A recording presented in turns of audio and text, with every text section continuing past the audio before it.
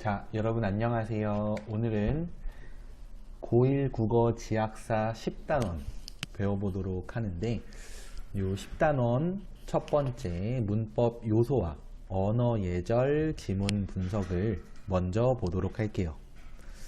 이 문법 단원을 이제 교과서 중심으로 보는 게 물론 여러분들이 내신 공부할 땐 그렇게 해야 되지만, 이 수업 시간에 교과서 내용을 읽어주는 게 다른 문학이나 비문학보다는 조금 효과가 덜한 것 같아서 문법 요소라는 개념을 선생님이 요 오른쪽 여백 부분에 쓰고, 왼쪽이죠, 왼쪽. 여러분들도 그걸 이해하시고 또 본문에 있는 어떤 이론 부분에 그걸 좀 적용해 보는 연습, 그리고 이제 마지막에 한 3문제 정도씩 풀어주잖아요. 네, 그거를 좀 꼼꼼하게 해보는 걸로 이렇게 방향을 잡겠습니다. 자, 우선은 단원의 이름이 문법 요소고요. 출제 유형 베스트를 보면은 높임, 피동, 인용이라는 개념이 나와 있어요. 자, 그러면 문법 요소라는 게 뭘까? 그에 대해서 한번 써보도록 할게요. 자, 문법 요소라는 것은 보통은 높임, 시간, 그리고 이제 교과서에 있는 거는 피동, 인용 이렇게 되는데, 그게 아니어도 외부적으로 또 많이 나오는 걸 포함하면은 피동, 사동, 그리고 부정 표현까지. 인용 표현도 물론 있기야 있지만, 이 문제에 많이 출제되는 게 보통은 이렇게 5개예요. 이게 그러니까 왜 그러냐면, 문법 요소라는 말이 그래서 뭐야 라고 했을 때 이렇게 정리해 볼 수 있어요. 문법 요소라는 것은 조사나 어미에 의해서 또는 접사에 의해서 어떤 문법적인 의미를 실현한 그런 방법을 말하는데, 이렇게 말하면 어렵지만 사실 여러분들이 이제 일상생활에서 저리 가, 이거의 높임말이 뭐예요? 저리 가, 시, 요, 이 정도가 될 겁니다. 그죠? 그럼 여기서 이 높임 표현이 가시어요를 빨리 말하면 가셔요 이렇게 되죠. 높임 표현이 성립되게 해주는 것은 같은 경우는 연결해주는 말이니까 그러니까 별로 큰 의미는 없으니까 얘는 보지 않기로 하고, 시라는 말, 시가 들어가면은 존댓말인 거 알고 계시죠? 예를 들면은 먹다, 먹으시다, 이런 식으로. 그 다음에 요자 붙이면 존댓말인 것도 알고 계시죠? 이게 이제 상대방을 높이는지 또는 이 문장의 주어를 높이는지 그런 차이는 있지만, 어쨌든 중요한 건 뭐냐?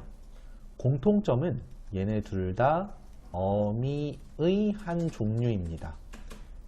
그러니까 우린 어미가 뭔지도 잘 모르지만 존댓말 쓸 때 꼬박꼬박 어미를 잘 쓰고 있었던 거지.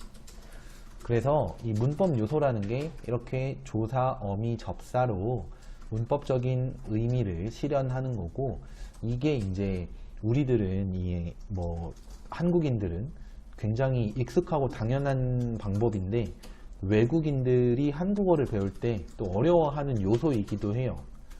그러니까 우리는 영어나 어떤 언어를 배울 때 그렇잖아. 예를 들어서 it의 과거형은 ate인데 have의 과거형은 had가 아니라 had 이런 식으로 되죠.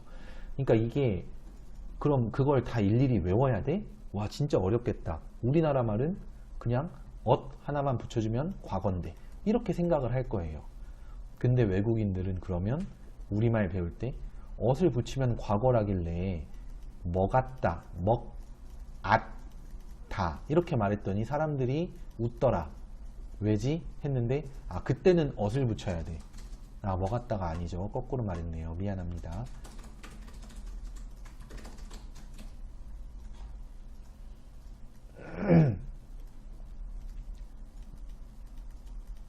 막,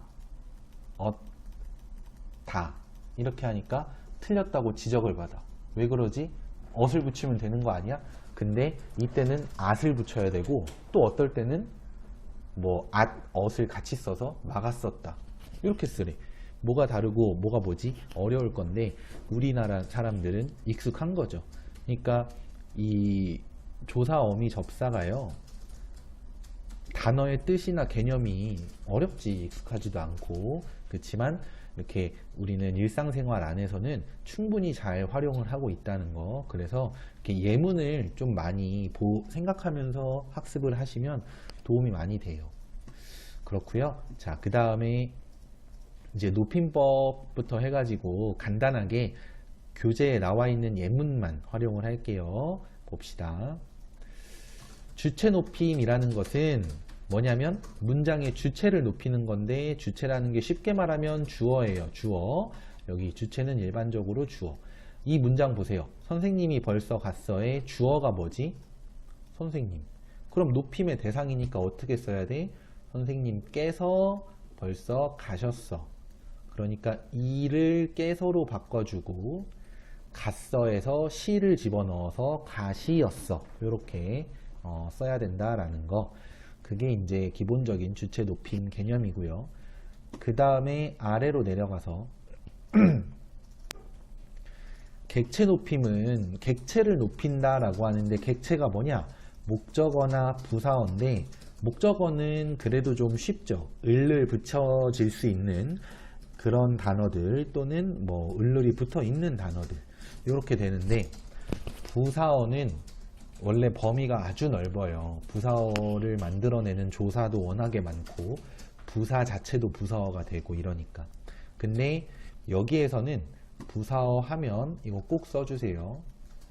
에게가 붙을 수 있는 말, 누구누구에게가 되는 말을 부사어로 생각을 해주시면 되고, 쓸 때는, 그러니까 높임 표현을 실현해서 사용할 때는 깨로 바꿔서 써줘야 된다.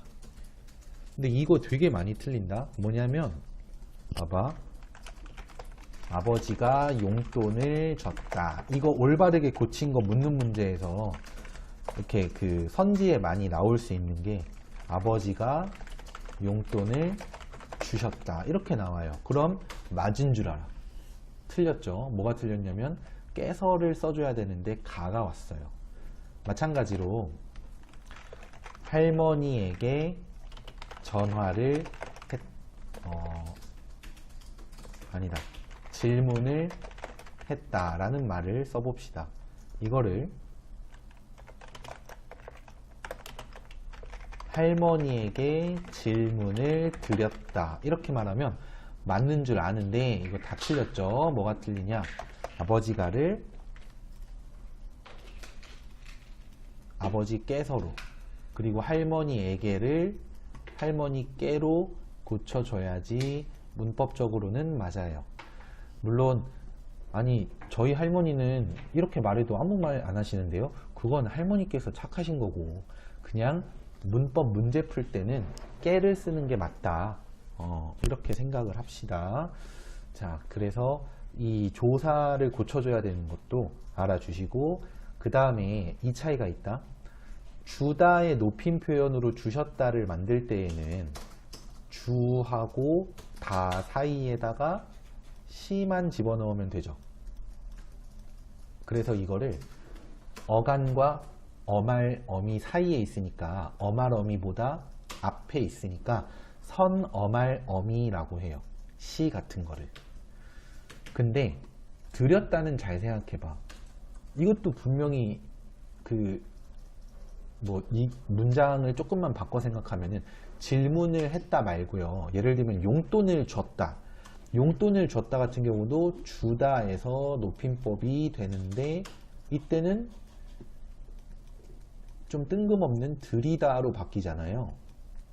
그러니까 왜 뜬금없냐면 다자는 빼고 어간인 주와 어간인 드리, 이게 전혀 연관성이 없어 보이잖아. 겉모습만 봐서는.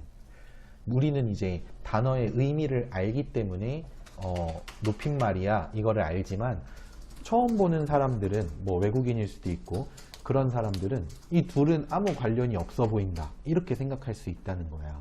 이해되셨죠? 그런데 이렇게 좀 직접적으로 관련이 없어 보일 수도 있고, 그런데도 이렇게 높임 표현을 위해 쓰는 말들이 이제 있고, 그거를 뭐라고 부르냐면은 특수어휘라고 불러요. 특수어휘의 중요한 특징은 시가 들어가는 게 아니고요, 높임을 실현하기 위해서, 높임을 위해 만들어진 말을 특수어휘라고 합니다. 이게 이제 객체 높임, 이렇게 부사어나 목적어를 높일 때에는 특수어휘를 써요. 객체 높임에 쓰이는 특수어휘는 딱 4개밖에 없어서 그거는 교과서 확인하셔서 외워도 좋을 것 같고, 근데 특수어휘가 이렇게 그 객체 높임 말고 주체 높임에서도 쓰입니다.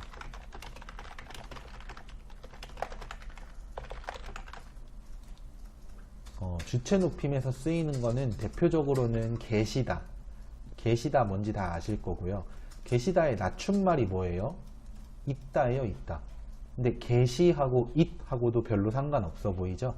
그러니까 있다라는 말을 높이기 위해서 만든 거야. 그렇게 생각하면 되겠고, 뭐 주무시다라든지 뭐 잡수시다라든지 이런 것도 다 이제 특수어휘, 그 주체 높임을 위한 특수어휘인데, 객체 높임을 위한 특수어휘가 들이다 말고 또 뭐가 있냐면, 이거는 천천히 부를 테니까 여러분들 쓰려면 쓰시고 아니면 교과서에서 찾아보세요. 뵙다, 엿주다, 모시다, 이렇게 3개가 더 있어요. 그래서 객체 높임의 특수어휘 4개, 요거는 외워버리시고, 주체 높임의 특수어휘는 이렇게 뚜렷하게 외우기에는 좀 모호한 것도 있고, 뭐 이렇게 자주 안 쓰여서 이렇게 잘 와닿지 않는 것도 있어요. 그러니까 단순하게 외워서 풀기보다는 주체 높임은 주어를 높인다, 객체 높임은 목적어 부사어를 높인다. 근데 객체 높임은 이 모시다, 그 다음에 들이다, 뵙다, 엿주다 같은 4개의 특수어휘만 쓰인다. 요 정도를 기억해 주시면 될 것 같습니다. 자, 그 다음에 아래로 내려가 볼게요. 높임법에 마지막 관문이 있어. 뭐냐면 상대 높임이라는 게 있어. 이게 뭘까? 상대 높임은 대화 상황에서 화자의 말을 듣는 바로 청자, 상대방에 따라 높이거나 낮추는 것까지 포함해요. 그래서 예를 들면 장인어른한테 사위가 말할 때 뭐 장인어른 안녕? 이러면은 미친놈이잖아요. 그죠? 그러니까 뭐 안녕하십니까? 보통 이렇게 말하죠. 안녕하세요 라고 해도 되는데, 좀 격식을 갖추는 느낌을 주고 싶으니까 안녕하십니까? 뭐 잘 지내셨습니까? 이렇게 말을 많이 하죠. 그러고 장인어른도 사위한테 와라, 앉아라, 이렇게 말하는 경우가 뭐 시간이 좀 지나서 허물없는 사이가 되면 그럴 수도 있지만, 보통은 어서 오게, 뭐 여기 앉게, 보통은 이런 식으로 얘기를 많이 하죠. 그렇게 상대에 따라서 조금 높이거나 조금 낮추거나 많이 높이거나 많이 낮추거나 뭐 그런 것들이 이제 있습니다. 그리고 해요, 그러니까 좀 전에 말했던 말투들은 다 격식체에 해당해요. 해요체나 해체가 있는데 이거는 비격식체라고 해서 아까 말했지만 안녕하세요 보다는 안녕하십니까가 더 격식을 차리는 느낌인 거, 그게 격식체라서 그런 거고, 다만 요즘에는 이걸 뚜렷하게 구분해서 쓰진 않아요. 뭐 예를 들면 뉴스만 봐도, 뉴스는 원칙적으로는 격식체를 쓰는 게 맞는데 공식적 상황이니까. 근데 이런 말들 많이 해요. 뭐 예를 들어서 손흥민 선수가 또 골을 넣었는데요, 뭐 현지에 나가 있는 뭐 땡땡땡 기자 연결해 보겠습니다. 이러면 보겠습니다, 요거는 격식체지만 손흥민 선수가 골을 넣었는데요, 이거는 그 해요체, 비격식체가 되죠. 이렇게 좀 혼용하는 경우도 많이 있어요. 그래도 원칙적으로 구분되어 있고, 문제는 학교 시험 문제는 이 원칙에 따라 나옵니다. 그리고 여러분들이 이제 그 부모님한테나 뭐 학교나 학원 선생님한테 실수로 많이 쓰는 말투가 뭐뭐 합시다, 이거 많이 쓰죠. 뭐뭐 합시다는 뭐냐면은 하오체에 해당하고, 하오체는 어떨 때 쓰냐면은 같거나 약간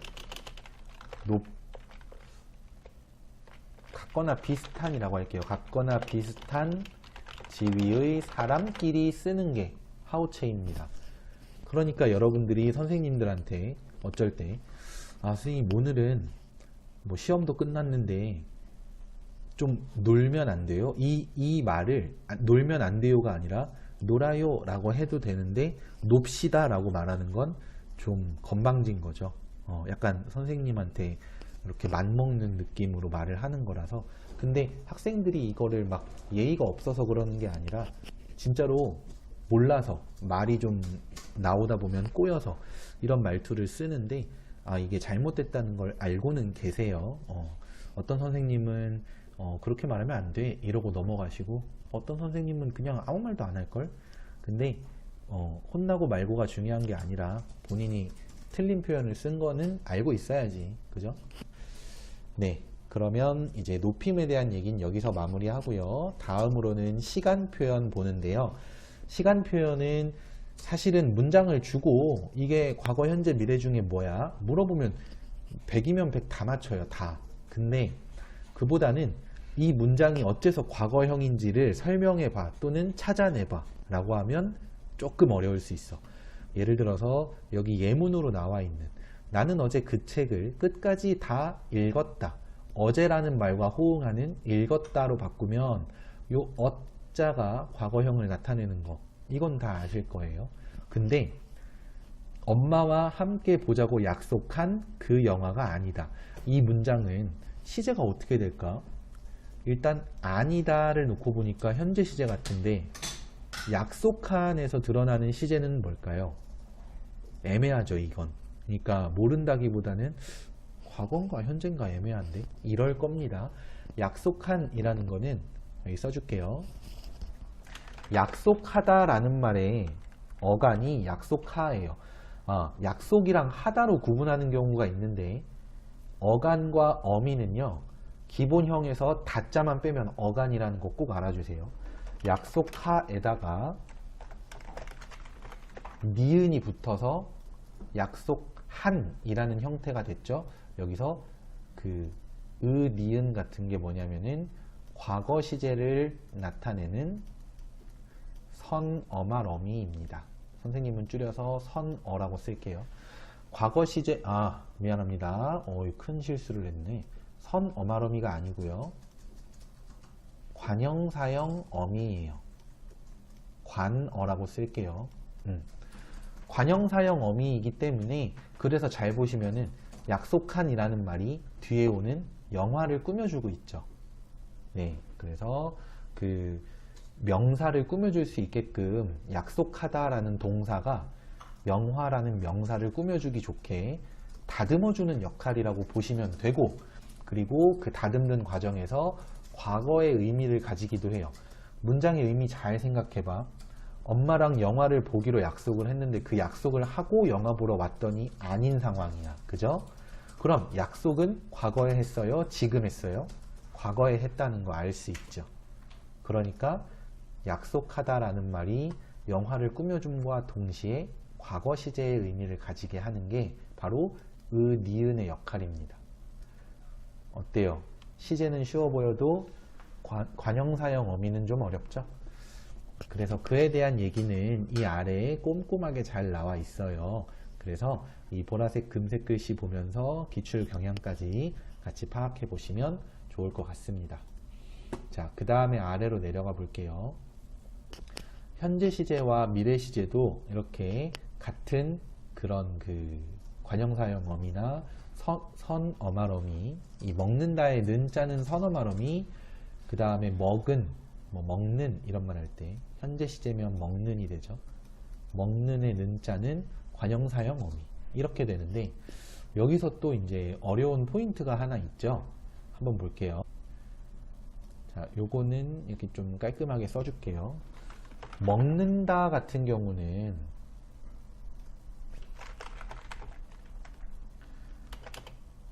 는자가 선어말어미예요. 근데 먹는 같은 경우는 둘 다 현재 시제를 나타내는데 는자가 관형사형 어미예요. 차이는 뭐냐? 먹는다의 는자는요, 앞에는 먹이 와야 되고 뒤에는 다가 와야 돼요. 근데 먹는 같은 경우는 앞에 먹만 오면 돼요. 그 차이가 그냥 똑같은 요소를 가지고 이렇게 다르게 쓰는 게 아니에요. 다른 요소라서 다르게 쓰는 건데, 무슨 말이냐면 이 선어말어미 는자 같은 경우는 항상 이렇게 다른 말에서도 항상 어간과 어말어미 사이에 위치하게끔 정해져 있고, 관형사형 어미 는자는 어간 뒤에 오면서 이 어절 자체가 끝나야 돼. 먹는이라는 말 잘 봐봐. 저기 그 떡볶이 먹는 사람 네 친구 아니야? 이런 말이 있잖아요. 여기서 먹는 띄고 사람이잖아요. 그러니까 어절을 끊는다는 건 얘가 는자가 어말 어미라는 뜻입니다. 그래서 이 어미의 체계를 좀 잘 봐두셔야 돼요. 이 자료에도 그런 언급이 있는데, 어미의 체계를 잘 알면 생각보다 훨씬 더 쉬운 단원인데, 반대로 그걸 모르면 어려운 단원이에요. 그럼 여러분들은 좀 억울한 게, 아니 시제만 물어봐야지 왜 어미를 물어보냐 어렵게. 근데 어미를 옛날에 알려줬을 거예요. 중학교를 다들 나왔다면. 그러니까 그때 열심히 했으면 지금 편한 거고, 그럼 지금 그때 열심히 안 해서 지금 좀 힘들다, 그러면은 지금 열심히 해서 나중에 고3 돼서 편해져야지. 그죠? 막 모르겠다 던질란다 이러지 마시고 이 기회에 한번 꼼꼼히 공부를 해보시면 좋겠습니다. 자, 현재 시제는 여기서 마무리하고, 미래 시제는 비슷해요. 똑같아요. 근데 그건 있다. 여러분들 먹다의 과거형 먹었다, 현재형은 먹는다. 근데 미래형을 대부분은 먹을 것이다 라고 생각을 많이 해요.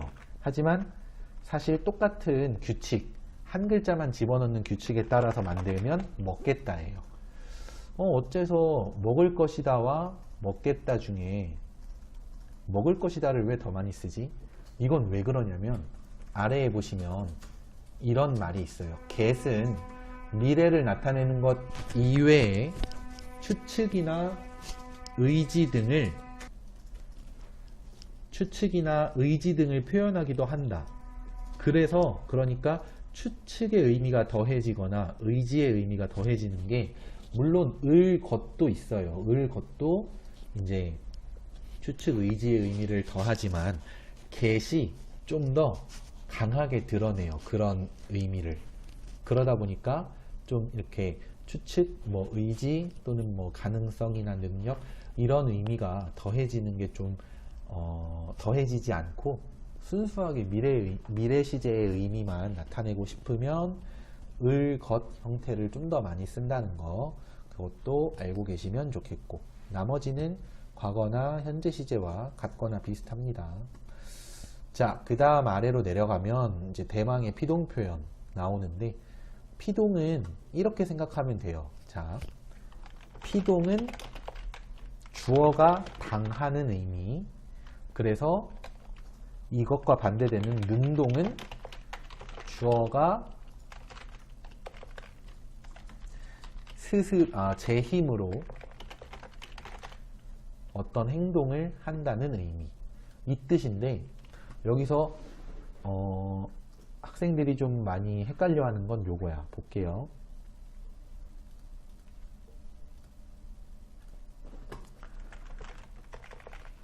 물이 얼음을 녹였다, 이거랑 토끼가 호랑이 사자에게로 할게요. 사자에게 잡혔다, 이렇게 두 문장이 있으면 많은 학생들이 이거 둘 다 당하는 내용이니까 좀 둘 다 피동 아닌가? 이래요. 근데 선생님이 좀 전에 주어가 당한다 라고 힘줘서 언급을 했죠. 보시면 주어를 보면 물과 토끼입니다. 자, 그러면 토끼는 잡히는 행동을 당한 거 맞아요? 맞죠? 피동입니다. 그럼 물은 녹는 행동을 당했어요? 아니죠. 얼음이 녹는 행동을 당한 거고, 이 문장은 물이 얼음을 녹였다. 이 문장은 피동이 아닌 것, 그리고 그걸 나중에 이따가 알려주겠지만 사동이라고 합니다. 그래서 이렇게 피동과 사동은 생긴 게 굉장히 비슷해요. 좀 더 어려운 예문을 한번 써보면은, 예를 들면은 그녀가 눈물을 보였다 하고 그녀의 눈물이 보였다 하고, 자, 이거 진짜 지옥 같은 문장인데, 이 문장에서의 보였다는요, 둘 다 원래의 형태가 뭐냐면은 보다예요. 보다에 보와 다 사이에 이 어시 들어가서 보였다가 되는 거야. 이 자가 들어간 거예요. 그러니까 보다라는 말이 보이다라는 말로 된 건데, 둘 중에 하나는 사동이고 하나는 피동이다. 뭐냐면 위에 거는 사동이에요. 아래 거는 피동이에요. 의미상 거의 똑같은데 왜 다르죠? 라고 하면, 이게 그 의미를 전달하는 거 말고 문법적으로 조사나 어미가 어떤 역할을 하는지 잘 봐봐. 그녀가 눈물을 보였다라는 말은 주어 그녀, 목적어 눈물, 이렇게 되죠. 그러니까 주어 입장에서 지금 보는 행동을 당했나요? 그게 아니죠.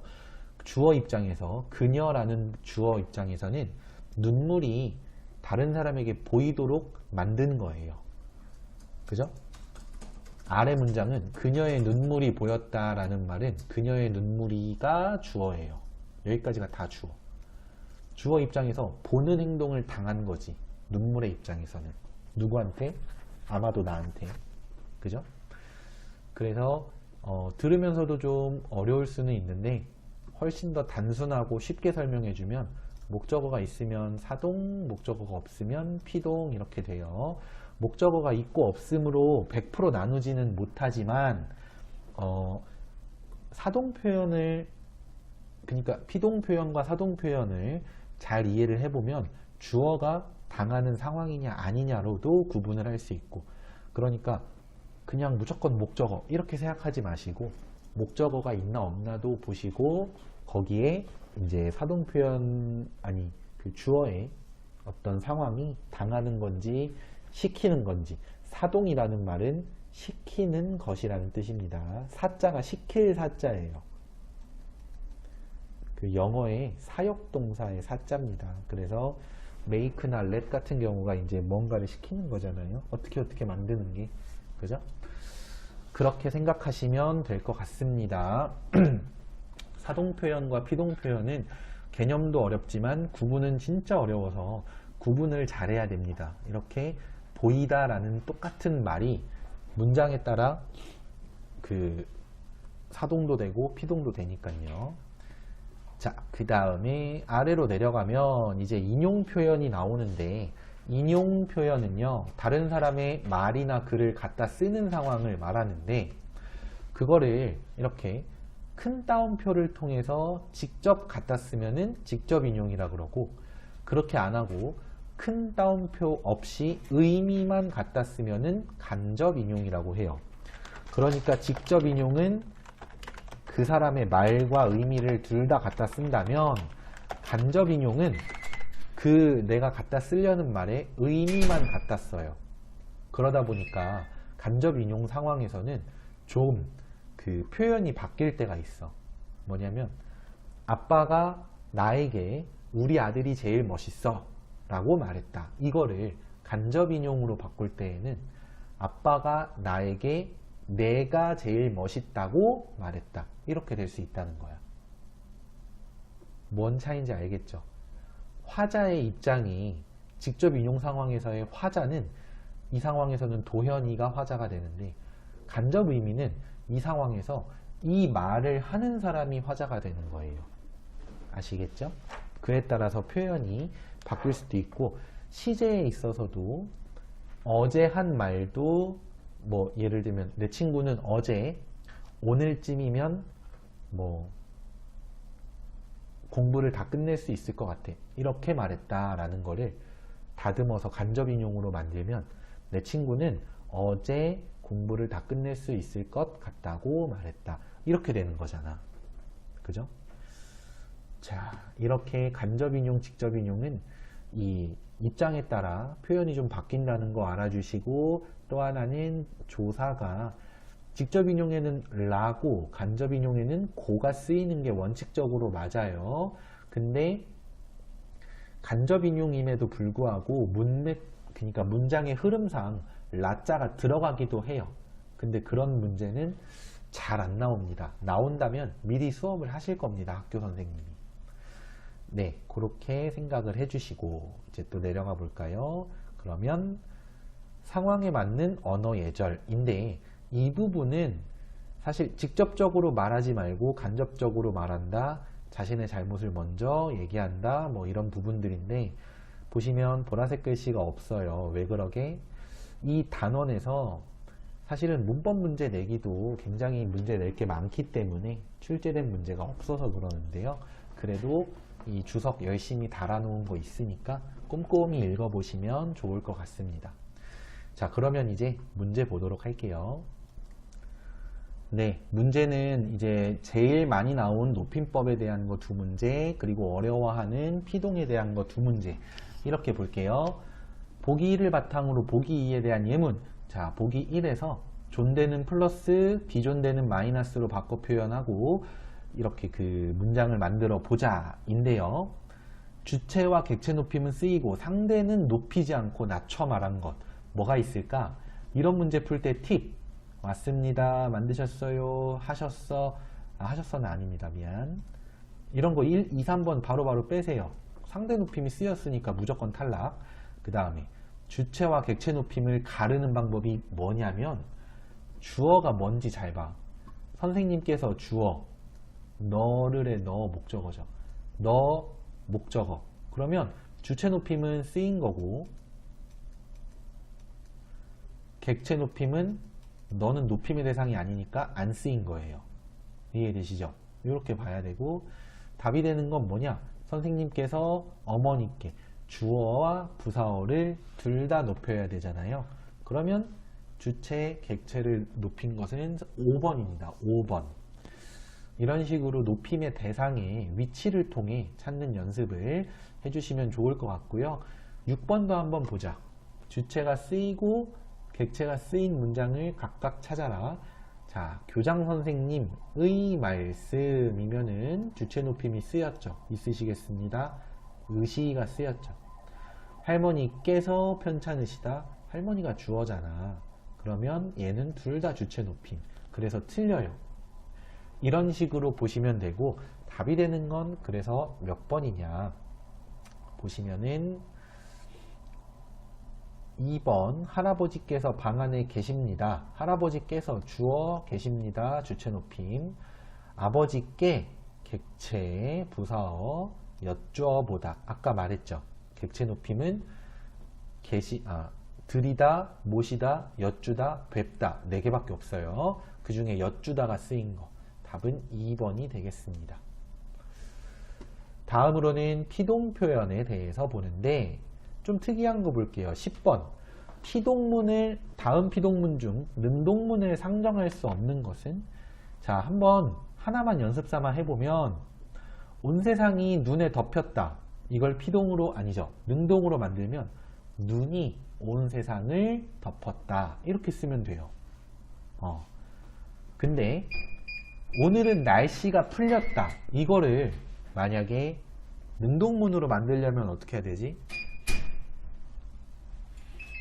누군가가 날씨를 풀었다. 이렇게 해야 되는데 날씨를 푼다라는 개념은 성립이 안 되잖아요. 그렇기 때문에 이 경우에는 능동문이 없는 경우입니다. 이거 있잖아요. 걸리다 라는 말 있죠. 걸리다 라는 말도 이렇게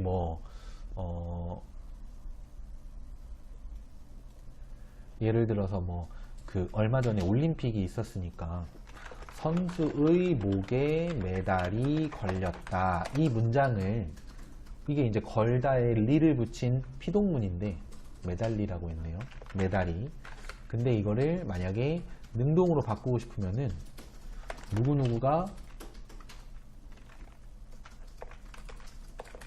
메달을 걸다. 뭐 약간 이런 식으로 문장이 되게 어색해져 버린단 말이지. 그래서 이런 그 피동 능동이 항상 이렇게 무조건 하는 것이 아니고 성립하지 않는 경우가 있다는 것을 알아주시면 좋을 것 같습니다.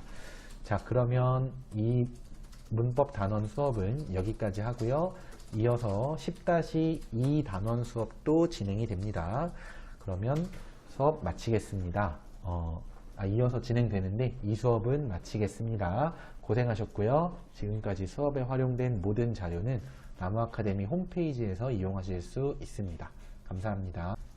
네, 두 번째 수업은 10-2 단원 매체와 국어사랑 지문입니다. 여기서 이제 매체와 국어사랑이라고 하는 거, 매체는 뭐 신문, TV, 인터넷 등 이제 막 어떤 의사를 전달하는 모든 수단을 매체라고 해요. 꼭 신문, TV 아니어도 내가 친구한테 글씨로 써서 무슨 쪽지를 주면 그것도 매체고요. 소리를 내서 말을 하면 그것도 매체예요. 그런데 그 중에서도 교과서에서 말하는 매체는 주로 신문, TV 같은 것들. 그래서 그것을 그와 관련하여 국어사랑이라는 내용을 담고 있는 신문의 국어와 관련된 내용이 담겨 있는 기사를 보면서 이제 학습을 해봅시다. 출제 유형은요, 본문에 대한 이해, 간단하게 말하면 이제 이 순화어라고 해서 순화어는 외래어가 너무너무 많이 들어와요. 근데 그것과 관련하여 이제 순화한 말을 만들었는데 그게 잘 안 쓰인다 라는 그런 기사의 내용을 묻는 문제. 다음으로는 활용할 수 있을 만한 자료 또는 활용된 자료에 대해서 묻는 문제. 이렇게입니다. 근데 순화어 하면 정말 선생님도 그런 게 요즘에 좀 이제 또 많이 언급되는 단어가 인플루언서. 여러분들 인플루언서라고 하는 게 다 뭔지는 아실 거고, 그거 스펠링 아시나요? 자랑은 아니지만 선생님은 관심이 없어서 그 단어도 안 찾아봤고 스펠링도 모릅니다. 그냥 대충 유명 인사라는 뜻인 것만 알아요. 뭐 블로그 하는데 방문자 많은 사람, 인스타 하는데 팔로워 많은 사람, 그 인플루언서라 하죠. 왜 굳이 그런 영어를 쓸까? 선생님도 살면서 정말 영어 많이 쓰지만 막 외국인처럼 쓴다는 게 아니라 외래어나 불필요한 영어 많이 써요. 근데 그래도 막 인플루언서라든지 뭐 아니면은 테이크아웃이라든지 뭐 이런 것들 보다 보면은 굳이 테이크아웃이라고 하지 말고 그냥 포장 이렇게 말하면 되잖아요. 근데 그거를 그렇게 영어로 표현하는 게 별로 그렇게 바람직한 것 같진 않아요. 네. 그러면 기사 내용을 좀 보는데, 우선 제목이 손누리틀 똑똑 전화. 솔직히 별로 안 쓰고 싶은 단어이긴 하다. 그래도 이런 순어가 사라져버릴, 그러니까 묻힐 위기에 처해 있다라는 거. 그러면서 국립국어원에서 선정한 단어가 외면받았고 애써 발굴한 300여 개가 쓰이지 않는다. 의식조사에서는 국민의 83%가 사용에 찬성을 한다고 했지만 일부는 이미 표준 국어사전에 등재까지 됐지만 안 쓰인다는 거야. 그러면 표제에서 알 수 있는 거는 순화어가 안 쓰이는 위기에 처해 있다는 거고, 부제에서 알 수 있는 거는 두 가지예요. 하나는 의식은 좋다고 하고 쓰진 않는 국민들을 까는 내용일 수도 있고요. 또는 국민들이 좋다는데 괜찮은 단어를 못 만든 국립국어원을 까는 내용일 수도 있어요. 그러니까 누가 잘못했는지 따지자는 게 아니라 이 기사의 의도가 국민들이나 국립국어원들이 국립국어원에서 뭔가 좀 이렇게 바람직한 어떤 작용을 못했기 때문에 순화어를 애써 만들었는데 이제 이게 사장될 위기에 처한 거다. 이런 얘기를 하고 있는 겁니다. 이해되셨죠? 자, 내용을 좀 볼까요, 그러면? 나 이번에 손 누리틀 새로 샀어. 지난번에 똑똑 전화도 사더니 역시 넌 앞선 사용자구나. 네, 손 누리틀. 손에 온다는 거고, 누리, 인터넷 할 수 있다는 거고, 틀, 네모난 틀을 말해요. 뭐냐면, 땡땡 패드, 뭐, 땡땡땡 탭, 뭐 이런 거예요. 그 다음에 똑똑 전화. 이거는, 스마트폰을 말합니다. 앞선 사용자, 앞서다, 얼리, 사용자, 유저가 아니라 어댑터 여기서는. 자, 좀 어색하죠. 많이 어색하죠. 그러니까 이게 이것도 좀 현실적으로 생각해 보면 사람들이 어느 정도 좀 거부감을 가지지 않을 만한 좀 다듬어진 표현, 대표적으로 정말 잘 쓰이는 표현이 댓글이에요. 댓글이라는 말은 옛날에 맨 처음에 이제 인터넷이 활성화됐을 때에는 거의 뭐 한 7, 80%의 사이트가 전부 다 요렇게 써 있었어요. 근데 그게 지금은 정말 90% 이상이 다 댓글로 바뀌었죠. 쓰기 좋으니까. 그러니까 어색하거나 좀 이상하지 않으니까. 근데 손 누리틀 뭐 이런 말들은 좀 어색하죠. 사실은 선생님은 이건 개인적인 건데 인터넷을 누리라고 하는 것도 좀 와닿진 않아요. 언뜻 이렇게 딱 떠오르지는 않아요. 그래서 좀 더 이렇게 쓰기도 편하고 그 다음에 의미도 바로바로 이해가 될 만한 거, 이렇게 바로바로 이해되는 걸 직관적으로 이해할 수 있다라고 하는데, 좀 직관적으로 이해가 될 만한 내용을, 그런 단어를 만들면 훨씬 더 활성화가 되진 않을까. 근데 그러려고 하다 보면 뭐 또 모르죠. 누군가는 그런 단어는 또 별로다 이럴 수도. 어쨌든 그래서 이 순화어를 여러분들도 많이 안 쓰실 건데요. 그런 이유가 여기에 있다는 게 좀 느껴집니다. 자, 그 다음 국립국어원이 순화어를 300개도 넘게 만들었는데 잘 안 쓰인다. 전문가들은 순화 대상어를 선정하는 것과 홍보수단, 요 두 가지를 신경을 좀 써야 된다라고 조언을 해요. 자, 순화 대상이 되는 말은 뭘까? 예를 들면 아까 선생님이 얘기했던 테이크아웃이라든지 인플루언서라든지 이런 것들. 그 다음에 또 운동할 때 나만 돌봐주는 거 뭐라 그러죠? PT라 그러죠. 퍼스널 트레이닝. 그런 것도 굳이 영어로 하지 말고 뭐 예를 들면 개인 교습. 근데 개인 교습 하니까 좀 그러니까 다른 말 같은데, 어쨌든 그런 우리말이 분명히 대응하는 말을 만들 수 있는데 영어 형태를 그대로 쓰는 걸 좀 더 약간 멋으로 생각하는 그런 문화가 아무래도 이런 현상을 만들었죠. 어쨌든 순화 대상어를 이제 잘 봐야 되는데, 아래로 내려와 보시면은 순화어 사용에 대해서는 긍정적인 여론이 많다. 국민들의 83%가 순화를 하는 자체에 대해서는 찬성을 합니다. 그런데 조사에서는 찬성을 해놓고 실제로는 쓰지 않는 거는 왜 그럴까? 왜 그러냐면은 여기 뭐 댓글, 누리꾼, 참사리 등이 그나마 널리 알려졌다. 사실 참사리도 모르겠고 선생님은 딱 댓글, 정말 잘 만든 순화어예요. 인데 자, 꾸림정보 콘텐츠, 그림말, 피부교감, 굉장히 진짜 이건 듣도 보도 못했어요. 그림말은 들어본 적 있다, 선생님은. 근데 콘텐츠를 꾸림정보라고 하는 건 들어보지도 못했는데, 그렇게 된 어떤 상황을 언급을 하고 있고요. 그 다음에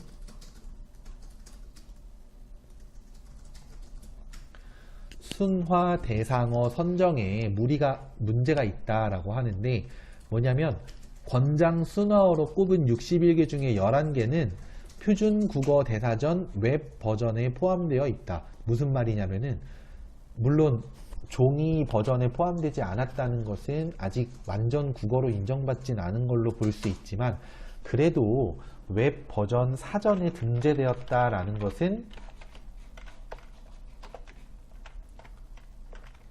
굉장히 많은 사람들에게 널리 쓰이고 있다는 것이고, 그 말은 이 널리 쓰이는 말을 순화했을 때 어떻게 되겠어요? 혼란을 초래할 수 있다라는 걸로 이해하시면 돼요.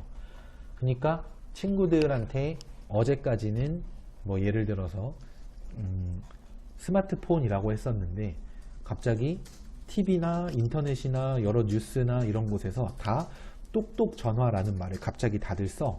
그럼 어때요? 불편하기도 하고 자꾸만 스마트폰이라는 표현을 더 많이 쓰게 되고 그때마다 지적받을 거고 습관이 안 돼 있으니까. 그죠? 그런 혼란이 초래될 수가 있죠. 이게 이제 그 좀 잘못된 상황인 거예요. 그러니까 널리 쓰이고 있다면 그것을 이렇게 무조건 받아들인다라기보다는 잘못된 표현은 널리 쓰이고 있어도 순화를 하는 게 맞지만, 그렇지 않다면 널리 쓰이는 표현을 수용하는 것도 생각을 해야 되는데, 그거를 이제 순화 대상어를 꼽을 때 그런 면을 이렇게 잘 생각을 못하는 그런 상황도 문제가 있다라는 얘기를 하고 있습니다. 그 다음에 국립국어원 관계자는 순화어만 써라, 아닌 말은 쓰지 말라가 아니에요 라고 나오고, 우리말을 더 아름답게 쓰려는 이런 노력을 하고 있다, 이걸 알아달라 라고 얘기를 합니다.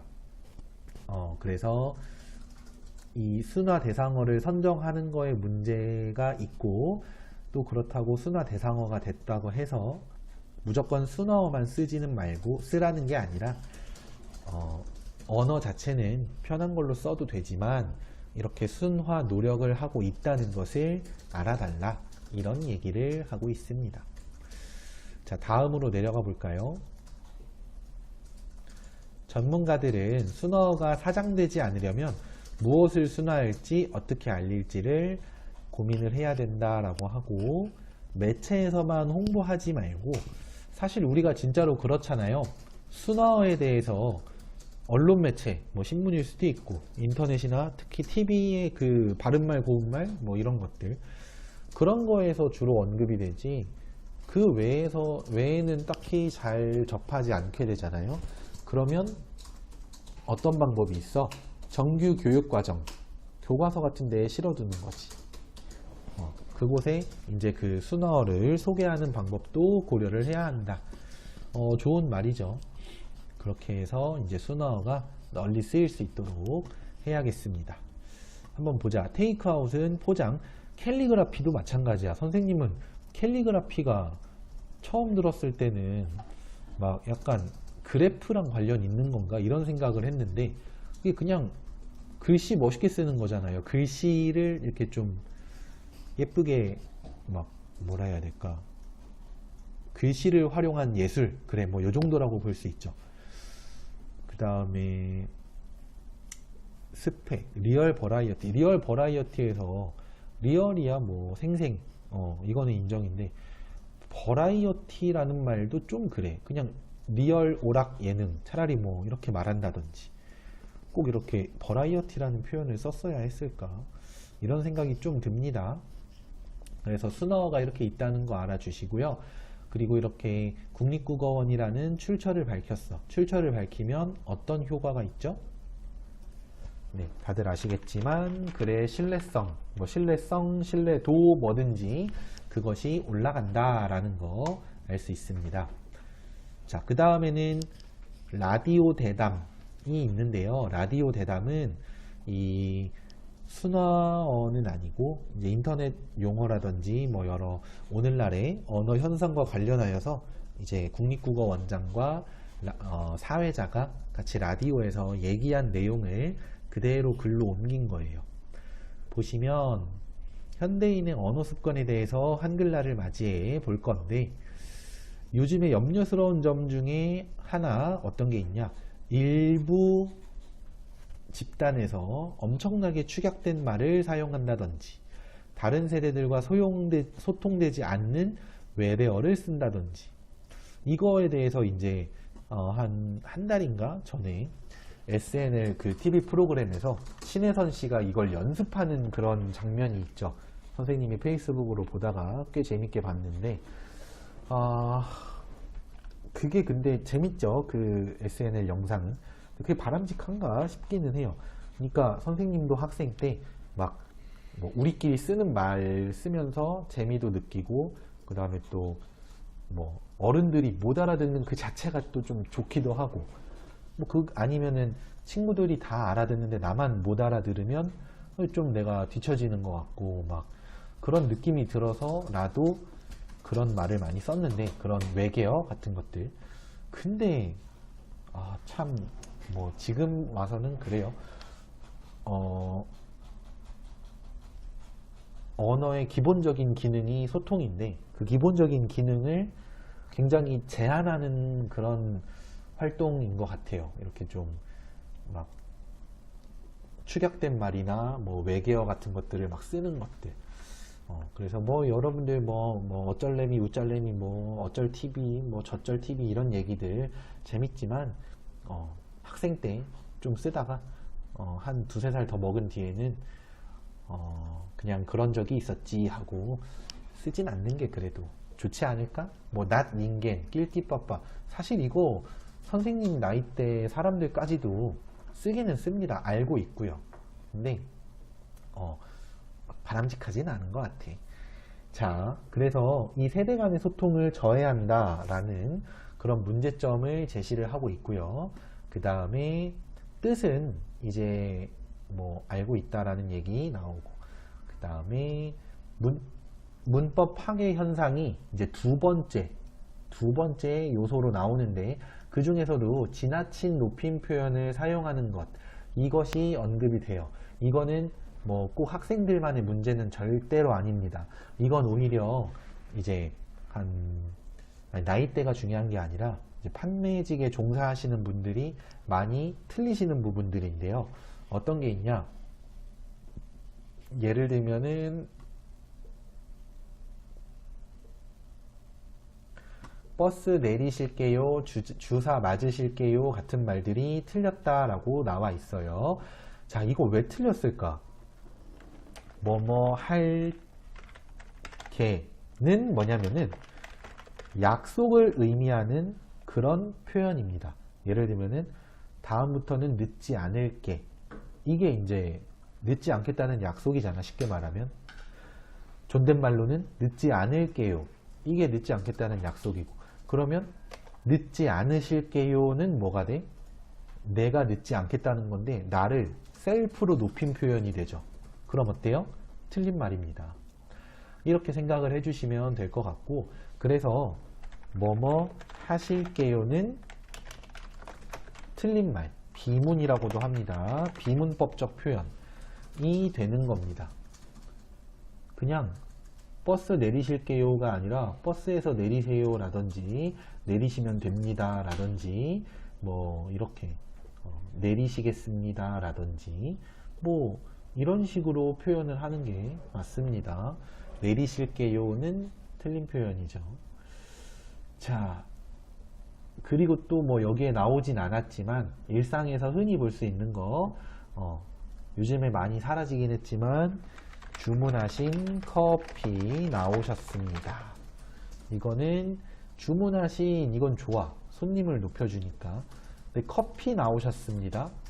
이거는 커피님께서 나오셨으니까 뭐 내가 가서 막 뭐 무릎 꿇고 받아야 되는 거 아니잖아. 그죠?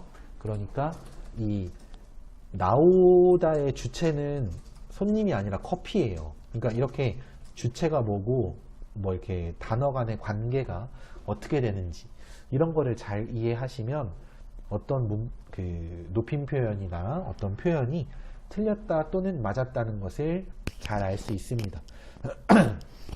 주변에 누가 틀렸을 때 그거를 막 지적하라고 잘난 척하라고 하는 게 아니라 본인은 틀리지 않게 썼으면 좋겠고, 남들이 틀려도 그걸 이렇게 좀 알고는 있을 수 있어야 되겠죠.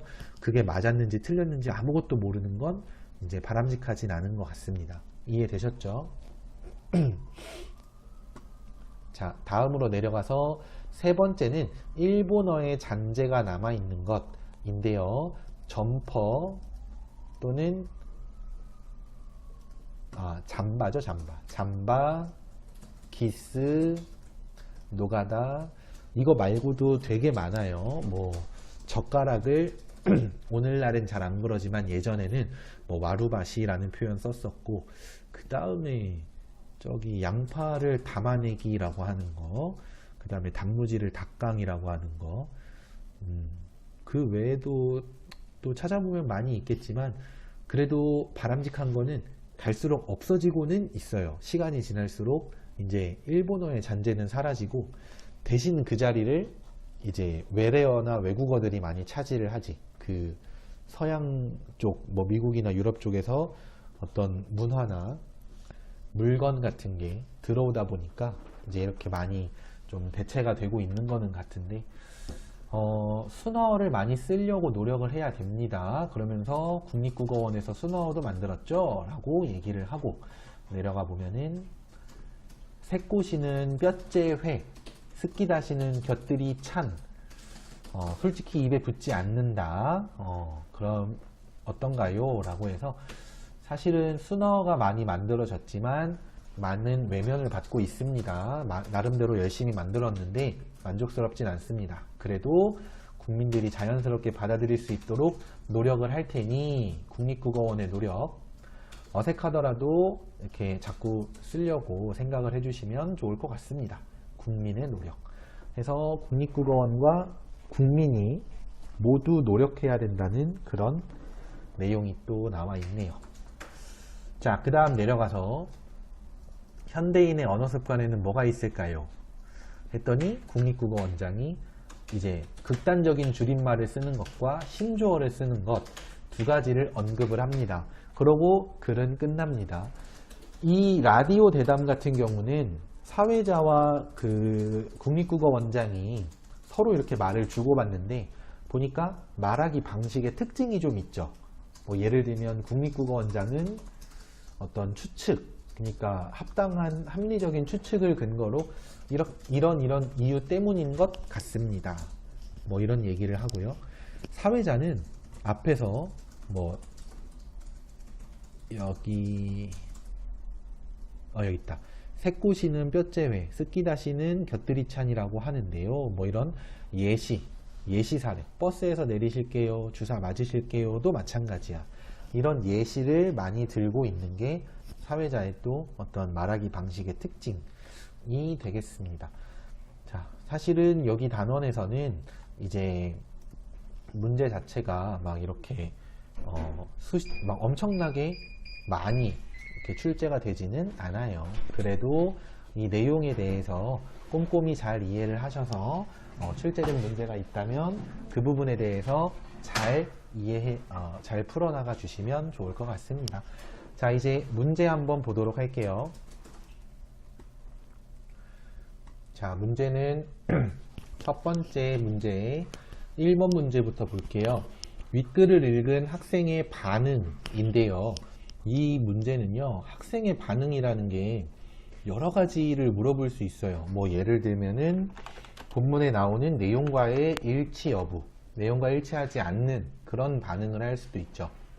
또는 더 알고 싶은 내용에 대한 심화 학습과 관련된 내용.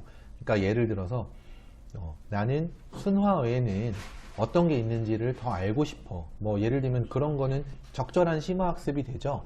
그런 반응도 있을 수 있고, 또는 비판적 읽기와 관련하여 뭐 예를 들어서 본문에서 어떤 게 언급되지 않은 점이 아쉬워, 뭐 이런 내용을 반응을 할 수도 있어요.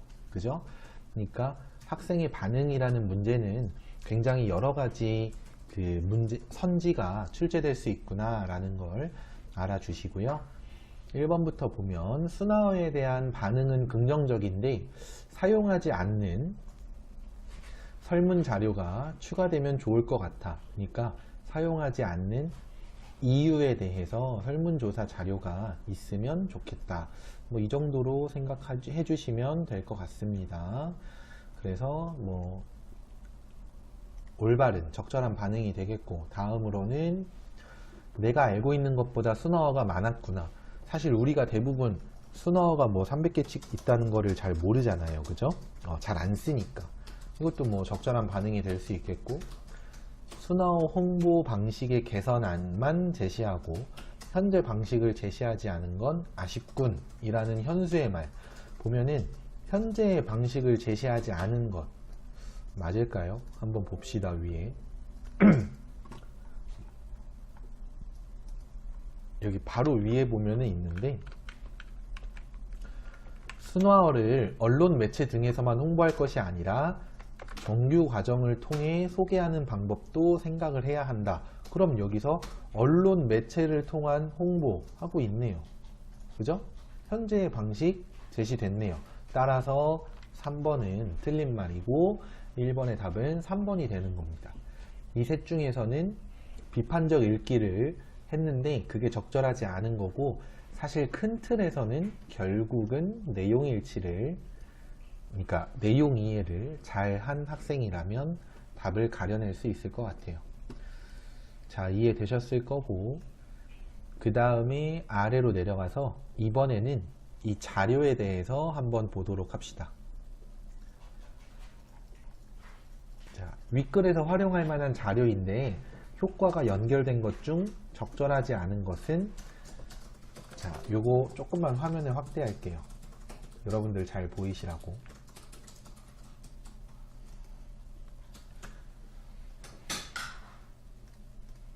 네, 이러면은 이제 2와 요 선지가 딱 들어오죠.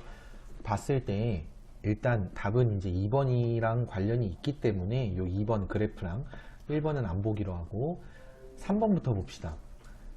국어 순화의 전반적인 인식을 한눈에 확인할 수 있다. 자, 예를 들면 이거 봐봐. 모든 외국어 외래어는 우리말로 순화하여 사용해야 한다에 대해서 그렇다라는 이 빨간 막대가 압도적으로 높죠. 그러니까 전반적인 인식이 말 그대로 한눈에 확인이 되잖아요. 이해되지? 그런데 그 아래의 걸 볼게요. 국어 순화에 대해 항목별로 조사된 구체적인 수치가 눈에 들어온다. 구체적인 수치. 여러분, 이거 지금 그렇다의 비율이 몇 퍼센트인지 한눈에 보여요? 그러니까 전체적으로 이 뭐랄까요, 상대적인 비율은 알겠지만 어느 정도인지 눈에 들어오지만 뭐 60.1%인지 62.5%인지 이런 거 한눈에 잘 안 들어오잖아. 그지? 그러니까 이것도 알아두시면 좋은데요. 뭐냐면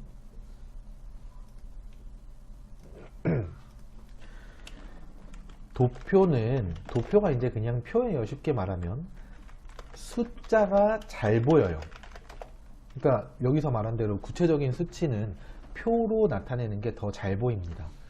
그럼 그래프는 전체적인 비율이 한눈에 들어오는 그런 장점이 있어요. 전체적인 비율이라든지 아니면 뭐 변화의 흐름 같은 거, 점점점 올라가는 거, 점점점 떨어지는 거, 뭐 이런 거.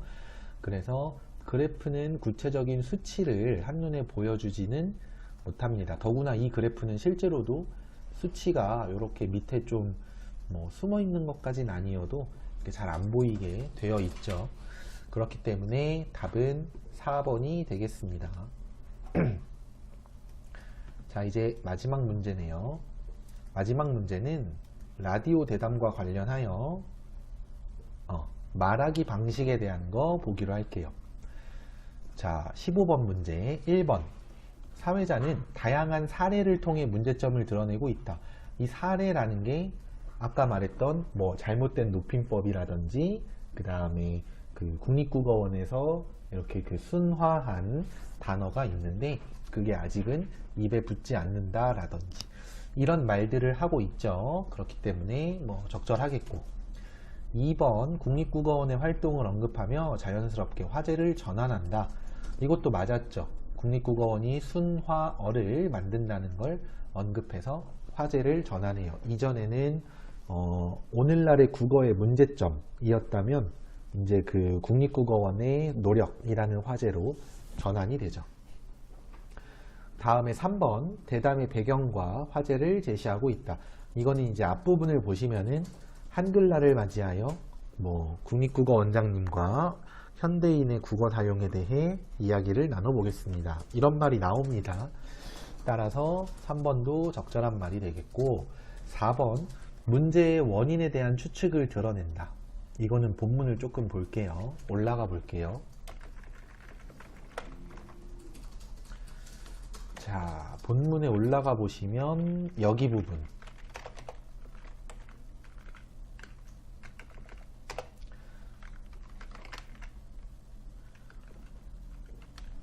그런 어법은 주로 서비스업이나 판매업에 종사하시는 분들이 고객을 좀 더 존대한다는 태도를 보이기 위해서 나온 것 같습니다. 라고 해서 원인에 대해서 나름의 추측을 드러내고 있다가 틀린 말이 아니죠. 네. 그렇기 때문에 이거 이제 그 4번 선지는 맞는 말이 되겠고요. 다음으로는 5번, 답이 5번이 되겠네요. 이제 남은 게 5번이니까. 순화에 성공한 사례를 통해 앞으로의 활동 계획을 드러낸다. 여기서 마지막 부분에 저희 나름대로 많은 시간과 노력을 들였습니다. 그래도 계속 해나가야 하니까 자연스럽게 받아들일 수 있도록 노력하겠습니다. 앞으로의 활동 계획 또는 뭐 노력할 계획 정도의 의미는 되겠지만, 이게 순화에 성공한 단어가 뭐가 있고 그걸 보니 이렇게 활동을 하면 좋을 것 같네요. 뭐 이런 말은 하나도 없죠. 따라서 앞으로의 활동 계획이 그 순화에 성공한 단어와 관련하여 있지는 않다. 그냥 활동 계획 정도만 언급되어 있다. 이렇게 이해하시면 되겠습니다. 그래서 답은 5번이 되겠죠. 순화에 성공한 사례 언급 안 됐습니다. 네, 고생들 하셨고요. 이 10단원 수업까지 해서 이제 지학사 출판사의 전체 수업이 마무리가 됐습니다. 다들 공부 열심히 해서 좋은 성적 거두시고요. 또 이제 특히나 앞에 문법 같은 거 풀다가 모르겠으면은 뭐 질문도 많이 댓글로 남겨주시면은 열심히 답변을 달겠습니다. 네, 그러면 수업은 여기까지 하겠습니다. 지금까지 수업에 활용된 모든 자료는 나무아카데미 홈페이지에서 이용하실 수 있습니다. 감사합니다.